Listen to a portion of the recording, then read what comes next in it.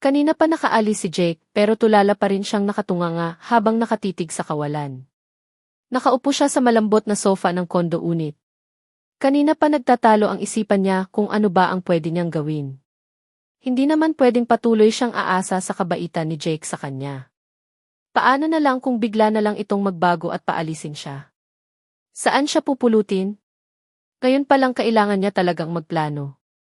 Kailangan niyang maghanap ng trabaho. Tama, iyon ang gagawin niya ngayon. Kailangan niyang makahanap ng matinong trabaho. Nasa ganoon siya kalalim na pag-iisip nang marinig niya ang pagtunog ng mumurahin niyang cellphone. Kunot noo siyang napatitig doon at nang mapansin niya na ang kapatid niyang si Bettina ang tumatawag, dali-dali niyang sinagot iyon. Himala! Tinawagan siya ng kapatid niya. Minsan lang kung tumunog itong phone niya dahil hindi naman siya pakakaibigang tao. Hello, mahinang wika niya. Ate, si Bettina ito. Nasaan ka na daw? Umuwi ka na daw, utos ni tatay, singlamig ng yelo ang boses nito na halatang walang gana siyang kausapin. Bakit daw? Pinalayas na ako ni nanay kaya hindi na ako uwi dyan sa atin. Sagot niya din kaagad. Kiyakhe. Umuwi ka na daw. Huwag mo nang galitin si tatay kung hindi baka mas lalo kang malintikan. Seryosong wika nito sabay patay sa tawag.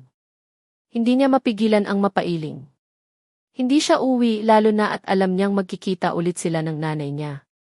Masakit pa ang pisngi niya dulot ng pagkakasampal at ayaw niyang madagdagan iyon. Nasa ganoon siyang pag-iisip nang marinig niya nagpagtungo ng doorbell. Dali-dali siyang tumayo at bago binuksan, napatingin muna siya sa parang tablet kung saan nakikita niya kung sino ang nasa labas. Isa iyon food delivery. May mga bitbit iyong mga pagkain kaya dali-dali niyang binuksan ang pintuan. Kanina pa siya nagugutom. Tanghali na at hindi niya alam kung anong puding makain dito sa loob ng kondo, lalo na at simula kanina, wala naman siyang ibang ginawa kundi ang tumunganga lang. Miss Elena Arellano, tanong kaagad sa kanya ng food delivery rider na nabungaran niya. Kaagad naman siyang tumango. Yes po, sagot niya din kaagad. Napatitig pa nga siya sa mga bitbit nito, dahil sa naalala niya wala naman siyang in-order. Saka, bigla tuloy siyang namroblema ngayon kung ano ang ibabagayad niya. Food delivery po galing kay Sir Daniel Jake de la Fuente. Paki-receive na lang po, ma'am. Wika nito sa kanya. May pinapirmahan sa kanya na isang papel, kaya naman kaagad na din siyang tumalima. Hindi niya mapigilan ang mapangiti nang maisip na kahit nawala niya sa harapan si Jake, nagawa pa din itong padalahan siya ng pagkain. Siguro, kakain na muna siya bago siya mag-isip ulit ng mga pwede niyang gawin. Nang nasa kamay niya na ang mga pagkain, mabilis na siyang pumasok sa loob ng unit pagkatapos niyang magsalamat sa delivery rider. Una niyang ginawa ay kumain na muna. Pagkatapos, inikot niya ang buong unit. May 2 kwarto, magandang kihis pati na din laundry room. Kumpleto naman sa mga kagamitan kaya naman magiging komportable talaga siya kung dito siya titira. Ang maliit na kwarto sa kaliwa ang pinili niyang gamitin. Walang sabi-sabing basta na lang siyang nahiga sa malambot na kama at dahil busog siya, nakatulog din naman kaagad siya. Hindi niya alam kung ilang minuto na iyang nakaidlip pero nagising na lang siya sa malakas na tunog ng kanyang cellphone. Dali-dali niyang sinagot iyon na hindi tinitingnan kung sino ang tumatawag at hindi niya mapigilan ang mapabalikwas ng bangon nang marinig niya ang galit na boses ng nanay niya. Ang nanay Teresa niya. Nasaan ka na, maldita? Sabihin mo sa amin kung may balak ka pa bang umuwi or wala na para maipagsindi ka na lang namin ang kandila para maituring ka na naming patay na. Galit na wika nito sa mula sa kabilang linya. Hindi niya naman mapigilan ang maluha. Ganito na lang palagi. Maglalayas man siya or manatili man siya sa bahay nila, ganito na lang palagi ang naririnig niya mula sa bibig ng nanay niya. Puro masasakit na salita at nakakasawa na din. Ayaw niyo na po sa akin, di ba? Hindi na po ako uwi dyan. Wika niya. Malakas na halakhak ang naging sagot nito na parabang nababaliw na. Pigil niya tuloy ang sarili niyang mapahagulhol ng iyak. Bigla kasi siyang nakaramdam ng habag sa sarili niya eh. Narinig mo ba iyon, Jepoy? Ang anak mo, nagmamalaki na. Hindi na daw uwi. Papanindigan ang paglalayas porket malaki na at kaya nang buhayin ang sarili niya, malakas ang boses na wika ng nanay niya. Mariin niyang naipikit ang kanyang mga mata. Parang nakikinikinita niya na ang magiging reaksyon ng tatay niya at tiyak niyang galit na galit ito. Putang na!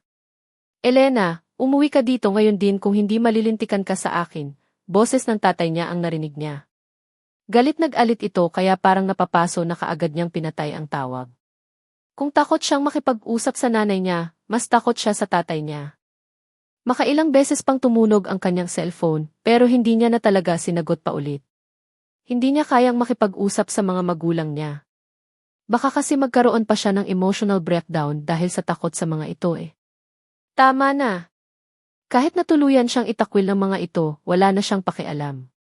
Wala nang mas mahalaga sa kanya ngayon, kundi ang sarili niya lang, at kung sakaling pala rin na magkatrabaho siya, tutulungan niya ang kapatid niyang si Jano para makapagtapos sa pag-aaral nito. Ang kapatid na iyon lang kasi ang naging mabait sa kanya eh. Iniligpit niya ng maayos ang higaan niya bago siya naglakad palabas ng kanyang silid. Kaya lang, pagkabungad niya pa lang sa living area, nagulat niya nang mapansin niyang hindi na pala siya nag-iisa sa loob ng condo unit. Nandito na si Jake at nang makarinig siya ng mga mahinang kalabog sa kitchen, napatingin siya doon at ganoon na lang ang pagkagulat niya nang makita niya ang isang babae na abala sa pag-aayos ng kung ano-ano sa loob ng refrigerator. Kanina pa ako nagdo-doorbell pero hindi mo ako pinagbuksan kaya nagpa siya akong pumasok na lang ng kusa dito sa loob ng unit. Isa pa, marami akong mga bitbit para sa iyo kaya haslan na kung babalik pa kami. Seryosong wika ni Jake. Wala sa sariling napatitig siya dito habang may kiming iti na nakaguhit sa labi niya. Pasensya na po kayo, Jake, napasarap ang tulog ko kaya hindi ko namalayan ang pagtunog ng doorbell. Nahihiyan niyang wika. Napatitig pa nga siya sa orasan na nasa may istante at nang mapansin niya na halos alas 5 na pala ng hapon, lalo siyang nakaramdam ng hiya sa lalaking kaharap niya. Ayos lang. No problem. You can sleep as long as you want para makapagpahinga ka at may relax ang isipan mo. Yes, by the way, may mga dala akong mga personal mong mga gamit. Kung hindi ka siya sa iyo, sabihin mo lang sa akin para mapapapalitan natin. Seryoso nitong wika. Wala sa sariling napatitig siya sa mga paper bag na nasa gilid ng sofa. Aano ang mga iyan, kiminyang tanong dito. Mga gamit mo. Mga damit, bags, sapatos at kung ano-ano pa na kailangan ng isang babaeng kagaya mo, parang wala lang nasagot nito sa kanya. Hindi naman siya makapaniwala. Kung para sa kanya ang lahat ng mga nakikita niya, hindi niya maiwasan na mapaisip. Ano ba ang nangyayari kay Jake? Bakit ganito na lang ka-special ang pagtrato nito sa kanya? Hindi siya naniniwala na walang kapalit ang lahat, lalo at alam niyang walang libre dito sa mundong ibabaw. Jake, pwede ba akong magtanong sa iyo? Seryosong wika niya. Seryoso ang mukhang tumitig ito sa kanya bago dahan-dahan na tumango. Sure, go ahead. Nasa mood ako ngayon na sumagot ng mga tanong kaya kunin mo ng chance. Wika nito sabay kumpas ng kamay na ibig sabihin, pinapaupo siya nito sa kabilang sofa. Kaagad naman siyang tumalima. Bakit mo ako tinutulungan ng ganito? Bakit ang bait niyo sa akin? Seryosong tanong niya. Napansin niyang natigilan ito habang titig na titig sa kanya. Bigla niya na namang naramdaman ang pagtahip ng bundok niya. Biglaan na naman niyang naramdaman ang kakaibang kabog kaya kaagad siyang nag-iwas ng tingin dito habang hinihintay niya ang magiging sagot nito sa kanya. May nangyari sa ating dalawa at posibleng magbunga iyon. Ayaw kong talikuran ang posibleng magiging responsibilidad ko sa iyo, Elena. Saka, ito din ang gusto nila mommy at daddy na gawin ko, lalo na at pinalaki nila kami na maging isang responsableng individual dito sa mundong ibabaw. Seryosong wika nito. Hindi naman siya nakaimik. Hindi niya alam kung matutuwa ba siya sa sinabi nito ngayon lang lalo na at feeling niya, isang responsibilidad lang pala ang lahat-lahat kaya siya tinutulungan ni Jake ngayon. Sabagay, ano pa ba ang aasahan niya? Na siya si Cinderella at nahumaling si Jake sa kanya, kaya siya pinatira nito sa isang mamahaling condominium unit. Nakakahiya pero hindi siya dapat mangarap ng ganoon. Don't worry, hanggat nasa poder kita, sagot ko ang lahat ng mga pangangailangan mo. Hindi mo na din kailangan pang magtrabaho. Muli nitong wika. Hanggang kailan? Jake, lumaki ako sa mahirap na pamilya at aaminin ko sa iyo na hindi ako sanay na umasa sa ibang tao. Lalo na sa kagaya mong itranghero sa buhay ko. Ang nangyari sa pagitan nating dalawa ay isang malaking aksidente lang at walang may gusto. Sagot niya kaagad dito. Napansin niya ang pagtaas ng kabilang sulok ng labi nito habang titig na titig sa kanya. Gusto nila mommy at daddy na lumagay na ako sa tahimik. Gusto nilang magpakasal na ako at bumuo ng sarili kong pamilya. Kung ayos lang sa iyo, babayaran kita ng 20 milyon kapalit ng pagpapakasal sa akin at 3 taon na pagsasama. Seryosong sagot nito na labis niyang ikinagulat. Hindi niya inaasahan na makakatanggap siya ng ganitong offer, lalo na sa isang lalaking kagaya ni Jake. Isang lalaking, gwapo, mayaman, edukado at higit sa lahat kayang magpaligaya ng babae sa ibabaw ng kama. Bakit siya? Sure siyang maraming babaeng nahuhumaling dito, pero bakit kailangan pang mag-offer ng babaeng magpapakasal dito? As long as pumayag kang magpakasal sa akin, ibibigay ko kaagad sa iyo ang 10 milyon plus, 2 credit cards, kung saan gagamitin mo sa tuwing magsa-shopping ka. Of course, malinis mong matatanggap ang 20 milyon. Sagot ko lahat ng gastusin mo sa loob ng 3 taon. Ang karagdagang 10 milyon ay makukuha mo pagkatapos nating maghiwalay. Seryosong wika nito na labis niyang ikinagulat. Hindi niya alam kung ano ang sasabihin niya. Naguguluhan siya. Kailaking pera at kahit na hindi na siya magtrabaho, mabubuhay na siya ng maalawan. Jake, bakit ako? Marami namang mga babae dyan pero bakit ako? Hindi makapaniwalang tanong niya. Napansin niyang ilang saglit din siya nitong pinagmasdan bago ito nagsalita. Bakit ikaw? Dahil ikaw lang ang alam kong babae na pwedeng magtago ng sekreto ko. Elena, I am Guy, seryoso nitong wika na ikipinanlaki ng mga mata niya sa labis na pagkagulat. Pakiramdam ni Elena, bigla siyang nanigas sa kanyang kinaupuan. Gulat na gulat siyang napatitig kay Jake. Hindi niya nga alam kung totoo ba iyong narinig niya pero nang mapansin niya kung gaano kaseryoso ng mukha ni Jake, doon niya napagtanto na totoo nga ang narinig niya mula dito. Mukhang hindi din naman ito nagbibiro at saka wala yata sa forte ni Jake ang pagiging mapagbirong lalaki, diba? Aano ang ibig hindi niya na natuloy pa ang sasabihin pa sana nang bigla na lang nitong putulin. You heard it right, Elena Gay. Gusto ko ngayon pa lang maging tapat na ako sa iyo. Bata pa lang ako, gay na ako. Nararamdaman ko na iyon pero dahil sa pamilyang pinagmulan ko, pinilit kong itago ang lahat-lahat. Noong may nangyari sa atin sa hotel, naka-sex drugs ako kaya nangyari ang hindi dapat mangyari. You were the first person I slept with on the bed. Seryosong wika nito. Bigla tuloy nag-init ang pisngi niya. Siya daw ang unang tao na nakasama nito sa ibabaw ng kama, pero bakit halos baliin na lang nito ang katawan niya noong gabing iyon? Hayok na hayok ito at halos mabali ang buto niya sa ginawa nito sa kanya. Isang malaking ebidensya na hanggang ngayon, hindi pa rin nakakabawi ang katawan niya sa sakit. Kung bakla ka dapat lalaki ang hanap mo. Pusong babae ka Hindi tayo talo pero bakit? Stop it. Huwag mo nang ituloy dahil kahit ako, iyan ang tanong ko sa aking sarili. Seryosong sagot nito sa kanya. Hindi naman siya nakaimik. Hindi niya alam kung ano ang sasabihin nito pero isa lang ang sigurado siya. Hindi bakla itong si Jake. Iba ang sinasabi ng bibig nito ngayon kumpara sa performance na ginawa nito ng gabing iyon. First time niya man sa isang lalaki, alam niya ding hindi biro ang size nito. Warak ang perlas niya So, what do you think? Tatanggapin mo ba ang alok ko? Don't worry, kung ano man ang nangyari sa atin noong gabing iyon, hindi na muulit. Gusto ko lang bigyan ng kasiyahan ang mga magulang ko kaya ko ito inaalok sa iyo. Kailangan mo ng financial at kailangan ko naman ang babaeng magpapangap na asawa ko, bakit hindi na lang tayo magkasundo ngayon? Kailangan natin ang isa't isa at wala naman sigurong masama kung magpakasal tayo, diba? 3 years kapalit ng 20 million plus mga allowances and shopping. Seryoso nitong wika. Hindi niya mapigilan ang mapalunok ng sarili niyang laway. Nakakatempt ang offer nito at kahirap tangihan. Lalo na at limpak-limpak na salapi ang kasama sa uspan na ito. Bibigyan kita ng oras para makapag-isip. Siya nga pala, kapag may kulang pa sa mga nabili kong stocks para sa iyo, huwag kang mahiyang magsabi sa akin. Pwede ka din lumabas kung gusto mo para makapag-shopping. Hindi kita ikukulong na parang isang ibon sa isang haula. Malaya kang gawin ang lahat ng nais mo. Seryoso nitong wika at mabilis na itong tumayo. See you, Elena. Sana, positive ang makuha kong sagot mula sa iyo. Muli nitong bigkas at mabilis na itong naglakad patungo sa pintuan ng unit.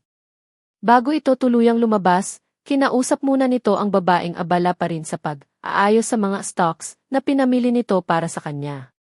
Manang, magtaksi ka na lang pabalik ng bahay. Wika nito. Kaagad namang tumango si Manang kaya naman mabilis na siyang tumayo. Ayos na. Ako na ang bahalang mag-ayos sa mga iyan. Isama mo na si Manang sa iyo. Pilit ang ngiti sa labi na wika niya. Are you sure? I mean, kaya mo ba? Tanong nito. Jake, lumaki ako sa pamilyang isang kahig isang tuka. Pagliligpit lang naman ang gagawin ko at hindi ito isang mabigat na trabaho. Seryosong sagot niya. Okay. Okay. Isasama ko si Manang. Ang offer ko sa iyo, I need an answer as soon as possible. Seryosong wika nito kaya wala sa sariling kaagad siyang tumango. Pagkaalis nila Jake, kaagad na din niyang inumpisahan ang pagliligpit. Mga stocks na ito dito sa unit. Para sa kanya ang lahat-lahat mula sa food items, cleaning materials, personal hygiene, kumpleto rekado na. Kahit siguro hindi niya nagagamitin ang bank card na binigay sa kanya ni Jake, mabubuhay na siya. Kahit siguro hindi na siya lalabas sa unit na ito, makakasurvive na siya. Ganito pala ang mayayaman. Kung makapamili akala mo may sariling sari-sari store eh. Sobrang dami at sana lang talaga maubos niya lahat ng mga pagkain bago ito mag-expire. Sayang din kasi. Kung noon, isang beses lang minsan siya kumain sa isang araw, mababago na yata ang kapalaran niya ngayon. Mukhang kailangan niyang kumain ng kumain habang pinag-iisipan ang offer sa kanya ni Jake. Malaking pera ang sangkot dito at aminado siya sa kanyang sarili na kailangan niya ang pera na iyon. Sa pera na iyon, makakaahon na siya sa hirap. Makabili na siya ng sarili niyang bahay at makapagpatayo ng sarili niyang negosyo. Pero ang tanong, kaya niya ba talagang magpakasal sa isang bakla? Siyempre, kaakibat ng pagpapakasal dito ay ang maraming obligasyon na baka hindi niya kakayanin. Heist, ito ang mahirap eh. Nagtatalo ang isipan niya.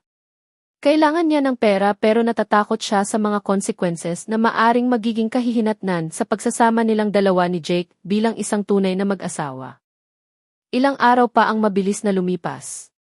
Kasalukuyan siyang nag-aayos para lumabas ng unit. Nakakaramdam na kasi siya ng pagkaboring eh. Balak niyang abangan ang kapatid niyang si Jano sa labas ng school nito.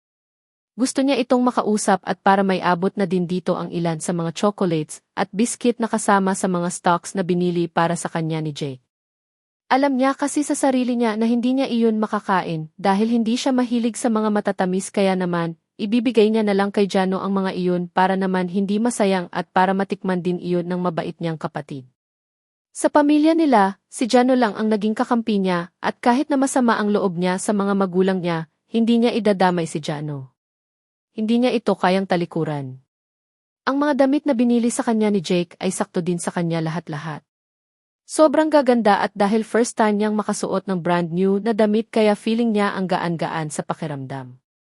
Mga damit niya ay puro galing sa ukay at kung minsan naman, mga pinaglumaan na ni Bettina. Naturingan na nagtatrabaho siya pero kahit na isang pirasong damit na brand new, handman lang siya nakabili. Sa ilang araw na pag-iisip, buo na din ang desisyon niya. Tatanggapin niya na ang offer ni Jake. Magpapakasal siya dito at magiging mag-asawa sila sa loob ng 3 taon. Iyon ang alam niyang pinaka-praktikal na paraan para kumita ng pera. Ang 20 milyon ay hindi basta-basta ganoon kadali kitain.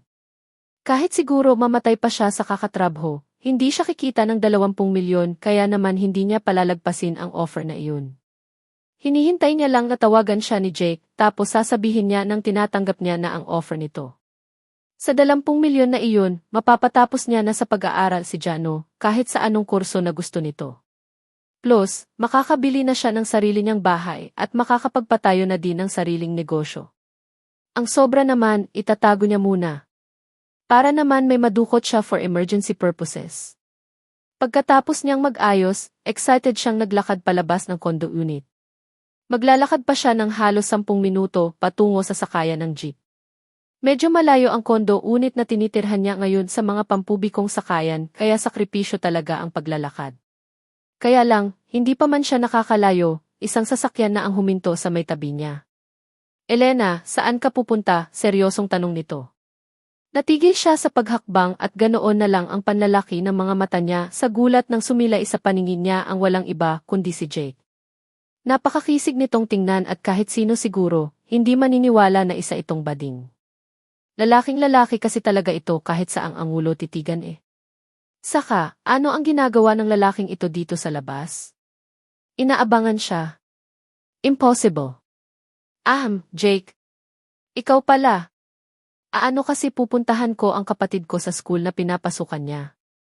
Saka, kung ayos lang, dinala ko na ang ibang mga chocolates na stocks sa unit. Ibibigay ko sa kanya, nahihiyan niyang wika. Feeling niya tuloy ngayon, isa siyang magnanakaw na nahuli sa akto. Kahit nasabihin para sa kanya ang mga stocks na iyon, hindi pa rin magandang tingnan na ipamigay niya sa iba, diba? Okay. No problem. Sa iyo lahat iyon kaya malaya kang gawin lahat ng nais mo, seryosong sagot nito sa kanya. Hindi niya naman mapigilan ang mapangiti. Salamat. No worries. By the way, sumakay ka na. Ihahatid na kita kung saan mo gustong magpunta. Seryosong sagot nito. Ha? Naku, wag na, Jake. Nakakahiya. Baka may iba ka pang lakad eh. Sagot niya sabay kagat ng labi niya. Nope. Huwag ka nang mahiya. Hop in. Ihahatid kita sa kahit saan mo gustong pumunta. Seryosong sagot nito kaya naman, wala na siyang nagawa pa kundi ang sundin ang nais nito. Mag-inarte pa ba siya? Sobrang init kaya maglakad? May libreng sakay, tatanggi pa ba siya? Hindi na. Wala siyang balak. Magkatabi ulit silang dalawa ni Jake, dahil may sarili naman itong driver. Habang nag-uumpisa ng tumakbo ang sasayan, hindi niya mapigilan na malanghap ang gamit ng pabango ni Jake. Amoy na amoy niya ang ginagamit nitong pabango. Lalaking lalaki ang amoy na malayo sa personalidad nitong bakla daw. Saka, ang postura ngayon ni Jake ay malayong malayo sa sinasabing bakla ito. Sabagay, baka naman magaling lang itong magkunwari. Baka naman wala itong balak na magladlad talaga. Lalaki ang tindig pero lalaki din ang hanap lalo na at mukhang hindatanggap ng mga magulang nito ang pagiging bakla nito. Kaya nga siya inofera ng malaking halaga para magpakasal, diba? Don. Are you done looking at me? Seryosong tanong nito kaya kaagad siyang nag-iwas ng tingin. Bigla din siyang nakaramdam ng pag-iinit ng kanyang pisngi. Gosh, masyado bang hayagan ang pagtitig niya dito? Nakakahiya. Baka kung ano ang isipin nito sa kanya eh. Salamat, Jake, nahihiyan niyang wika pagkadating nila sa school ng kapatid niya. Talagang inihatid pa talaga siya nito. Nandyan na ba ang kapatid mo? By the way, here alam kong kailangan mo ng cash kaya kunin mo na ito. Seryoso nitong wika sabay abot sa kanya ng isang puting sobre. Nabangit na nitong cash daw kaya malamang, pera ang laman nito kaya naman kaagad niya itong tinangihan. May card ka nang ibinigay sa akin, diba? Ayos na iyon. Salamat, Jake, tanggi niya kaagad dito. Masyado nang nakakahiya. Sobra-sobra na ang gastos na ibinigay nito sa kanya, at hindi niya na kayang tanggapin ang mga binibigay nito, lalo na at pera na naman. Elena, I insist. Sige na tanggapin mo na ito. Para sa iyo talaga iyan. Saka, hindi ko naman kailangan ang cash na iyan. Pina-withdraw ko para sa iyo, kaya walang dahilan na tumanggi ka. Seryosong wika nito. Hinawakan pa nito ang kamay niya at ipinatong sa ibabaw ng palad niya ang sobre, kaya wala na siyang nagawa pa kundi ang nahihiyang tumango na lang. Salamat, Jake. Pero sana, ito na ang huli. Ang libreng pagpapatira mo sa akin sa kondo ay malaking bagay na sa akin, nakangiting wika niya. No worries. Sige na mag-ingat ka. Anything happened, huwag kang mahiya na tawagan ako. Seryosong wika nito. Nakangiti naman siyang tumango at nagmamadali na siyang bumaba ng kotse. Pagkababa niya, kaagad siyang naglakad patungo sa may gate ng school. Doon niya nalang aabangan ang kapatid niyang si Jano. Gusto niya itong makausap at isa pa, miss na miss niya na ang kapatid niyang iyon. Si Jano lang ang nagiging kakampi niya noon kaya naman, walang dahilan para pati ito ay tikisin niya din. Medyo mainit ang panahon kaya naman, naghanap pa siya ng medyo malilim ng lugar para maghintay. Hindi pa man siya nagtagal sa paghihintay, napansin niya na ang kapatid na si Jano na naglalakad palabas ng gate ng eskwelahan. Nakangiting kaagad niya itong sinalubong. Jano, tawag niya dito pero bago pa siya nakalapit, napansin niya ang mga magulang niya na nauna nang lumapit kay Jano. Parehong nakabihis ang mga ito na akala mo may dadaluhang special na okasyon. Sa pagkagulat niya, para siyang ipinako sa kanyang kinatatayuan. Hindi siya makakilos hanggang sa mapatingin sa gawin niya ang Nanay Teresa niya, at nang mapansin nito ang kanyang presensya niya, nakita niyang galit itong tumitig sa kanya, at kinalabit ang tatay niya sabay turo sa may gawin niya.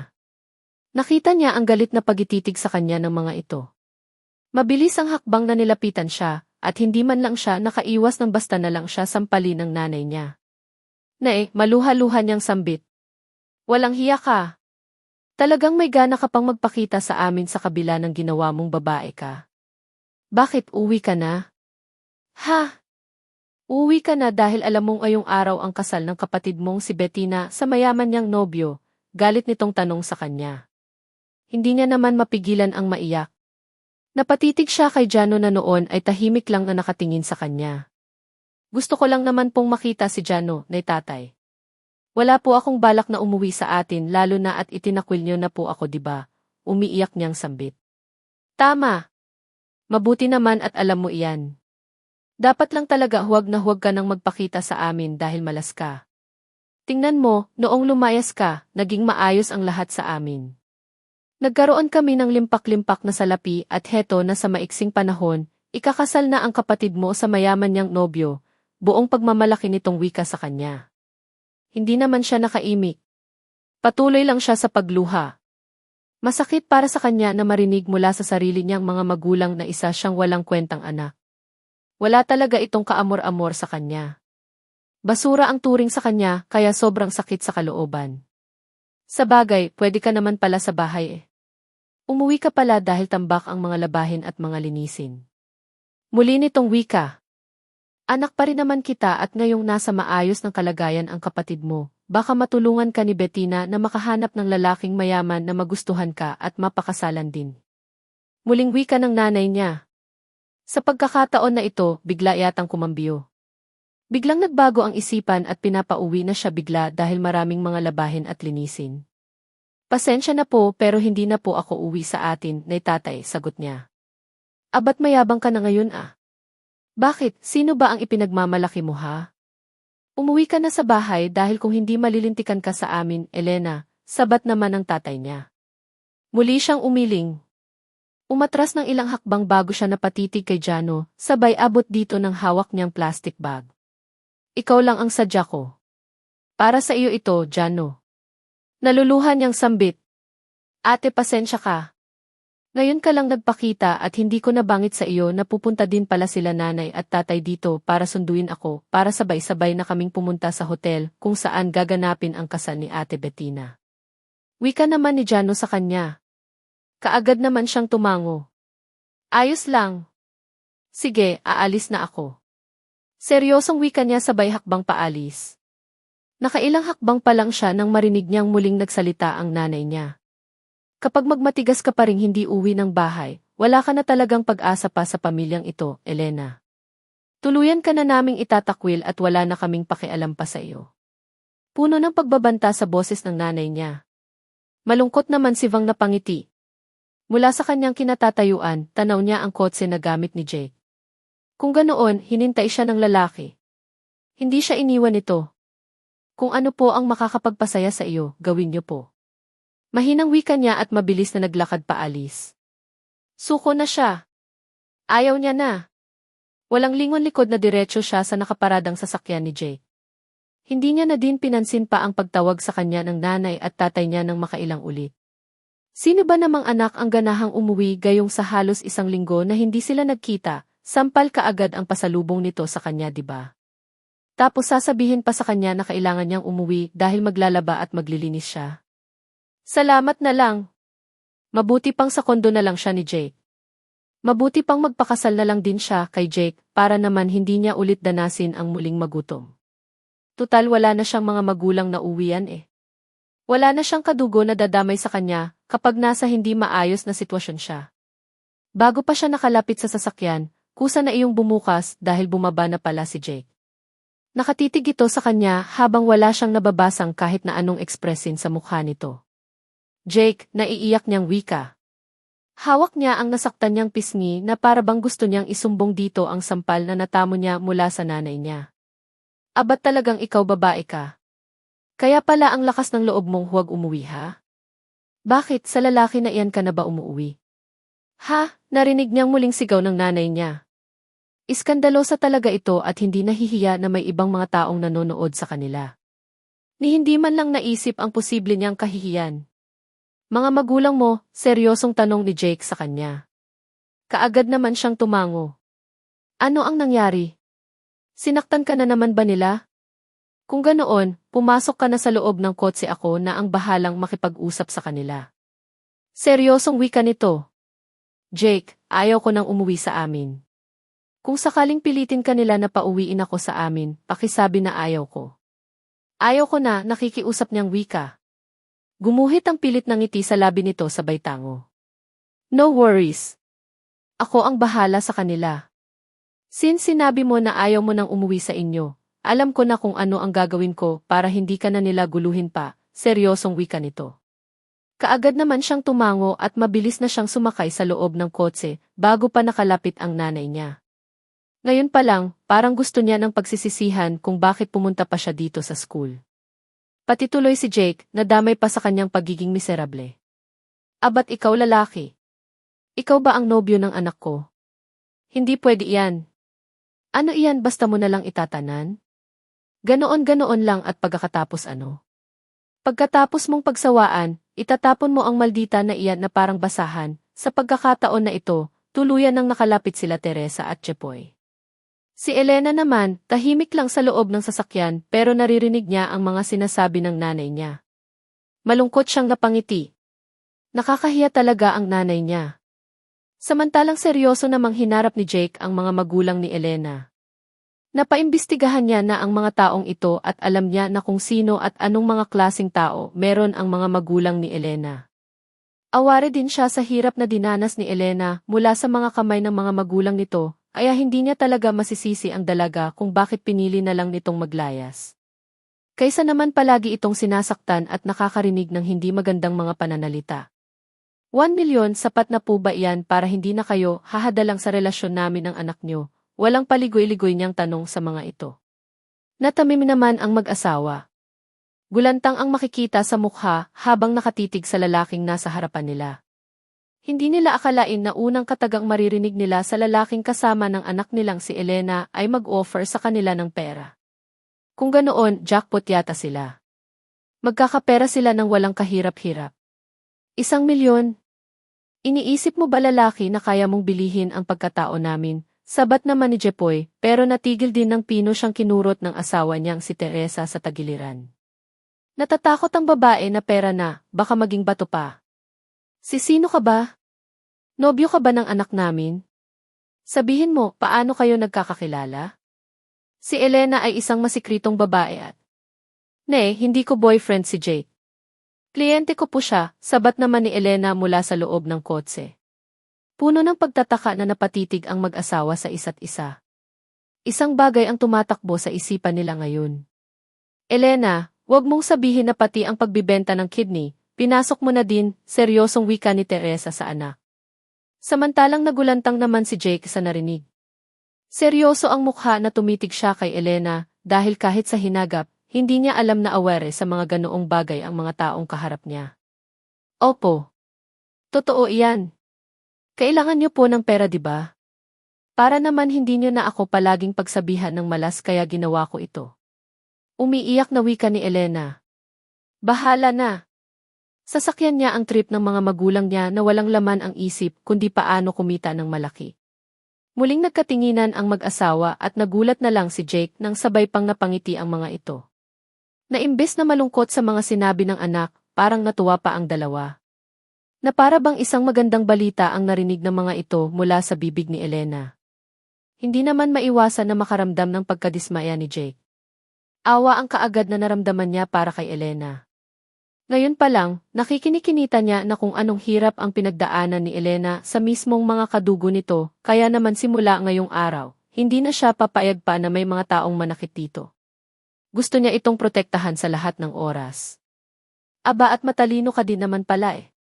Kung noon mo pa sana ito ginawa, mayaman na sana tayo. May 2 kang kidney, tama lang na ibenta mo ang isa para mapakinabangan. Nakangising wika ni Teresa sa anak. Talagang ipinapakita lang nito sa mga kaharap na wala siyang ibang habol kundi pera lang talaga.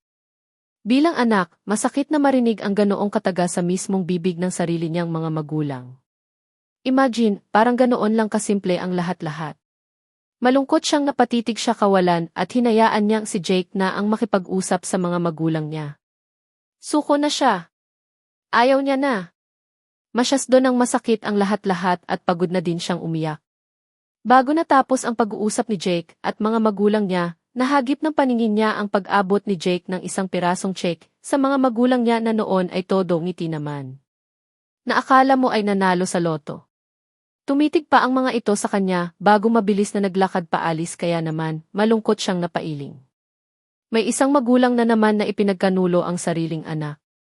Hindi siya makapaniwala. Ang pamilyang akala niya na kaya siyang ipagtanggol sa lahat ng oras. Ay sila pa pala ang may kakayahang itulak siya sa hindi ka nais-nais na sitwasyon. Mabuti na lang talaga at may isang Jake siyang nakilala kung hindi, baka kung saan na siya pupulutin. Are you okay? You can tear if you want. Don't worry, no one else will see it except me. Wika nito gamit ang malumanay na boses sabay hawak nito sa kamay niya. Mariin niyang naipikit ang kanyang mga mata. Ayaw niya nang umiyak lalo na at nakakapagod na ang ganoong klaseng gawain. Parang gusto niya na lang sanain ang sarili niya na maging bato ang puso. Para naman hindi na siya masaktan ulit. Jake, thank you ha, mahinang tugon niya dito. Nag-umpisa nang umarangka ang kotse paalis habang nakatutok pa rin ang mga mata niya sa labas. For what? Dahil nasa tabi mo ako palagi sa tuwing nasa hindi ka kanais-nais na sitwasyon. No worries, nagkataon lang iyon. May halong biro sa boses na wika nito kaya naman napatitig siya dito. Jake, kahit na nagkataon lang, still, thank you pa rin. Malaking tulong sa akin ang presensya mo. Noong gusto akong gawa ng masama ni Mr. Poblete, sa kwarto mo ako napunta at kung ano man ang nangyari sa atin, hindi ko pinagsisihan iyon, nakangiting sagot niya. Are you sure about that, Elena? You lost your virginity because of me at hindi ka ba talaga nagalit sa akin? Seryosong tanong nito. Kaagad naman siyang tumango. Wala. Wala akong pinagsisisihan. Masyado kang gwapo para sa akin at mas okay sa akin na ikaw ang nakakuha sa akin noong gabing iyon kumpara kay Mr. Poblete, nakangiting sagot niya. Totoo naman kasi. Lisipin niya na lang na may maganda namang nangyari sa kanya pagkatapos nakuha ni Jake ang perlas ng silangan niya. For practical reasons. Mas nasa maayos siyang kalagayan ngayon pagkatapos ng gabing iyon. Pinalayas siya ng mga magulang niya at kung ibang lalaki lang siguro si Jake, baka kung saan na siya pulutin. At least ngayon, alam niyang handa siyang damayan ni Jake dahil sa mga nangyari. Well, I'm happy dahil hindi ka pala galit sa akin. Don't worry, hanggat kailangan mo ako, nandito lang ako palagi, nakangiting sagot nito sa kanya. Hindi naman habang buhay, maikip ko ang virginity ko, kaya mas mabuti pang ikaw ang nakakuha. Seryosong sagot niya. Napansin niyang ilang saglit itong napatitig sa kanya. Umiling-iling bago muling nagsalita. Well, ano pa nga ba ang masasabi ko kundi thank you, Elena, sagot nito sa kanya. Hindi na siya umimik pa kaya naman na nahimik na din ito pero pagkatapos ng ilang saglit, muli itong nagsalita. Sa bahay ng mga parents ko tayo pupunta. Gusto ka daw makausap ni mommy. Seryosong wika nito. Kaagad namang nanlaki ang mga mata niya sa gulat. Nahihiya kasi siyang muling makaharap si Imres de la Fuente. Mabait sa mabait pero nandoon pa rin ang hiya niya. Sino ba naman siya para kausapin ng isang taong tinitingala, ilipunan, diba? Bakit daw, nagtatakang tanong niya dito? Maybe because gusto kang tanungin tungkol sa ating dalawa. Ang alam nila mommy ibinahay na kita. Seryosong sagot nito. Hindi naman siya nakaimik. Nangako ang mga magulang mo na hindi ka na nila guguluhin, kaya malaya ka nang makapagdesisyon ng sarili mo lang. Sana pumayag ka sa offer ko sa iyo, Elena. 3 taon lang naman at pagkatapos ng 3 taon, malaya ka na, seryosong muli nitong wika. 3 taon. Yes, 3 taon at pagkatapos noon, magiging milyonaryo na siya. Wala nang mang-aapi sa kanya. Pwede na siyang mamuhay ng tahimik. Okay. Sige, payag ako. Seryosong sagot niya dito. Sino ba naman ang ayaw sa pera, di ba? Hindi din naman siya dehado sa offer nito eh. Sa loob ng 3 taon, mamumuhay siya ng maalwan. Hindi niya napoproblemahin ang titirahan at kakainin niya. Kahit na hindi siya magtatrabaho, ayos na. Sa mga kagaya niyang hanggang senior high school lang, kay hirap din talagang makahanap ng matinong trabaho eh. Ayaw niya na din kasing maulit pa na makaranas ng pangmamanyak ni Mr. Poblete. What do you mean? Payag ka nang magpakasal sa akin or payag ka nang makausap si mommy? Seryosong tanong nito. Pigil naman ang sarili niyang matawa. Ano ba kasi ang topic nila? Payag na akong magpakasal sa iyo, kapalit ng 20 milyon, malinaw niyang sagot dito. Otomatiko na gumuhit ang ngiti sa labi nito. Pati yata mga mata. At nangingislap sa tuwa. Talaga? Oh thank you, Elena. No worry, sa papel lang naman tayo kasal at sa huwes lang naman. Ipapaasikaso ko sa abogado ko ang kontrata at marriage license natin. Pipirma ka lang naman at ipaparehistro natin and then tapos na, nakangiting wika nito. Gulat naman siyang napatitig dito. Kung ganoon, hindi kagaya sa normal na kasal ang magaganap sa kanilang dalawa. Well, bahala na.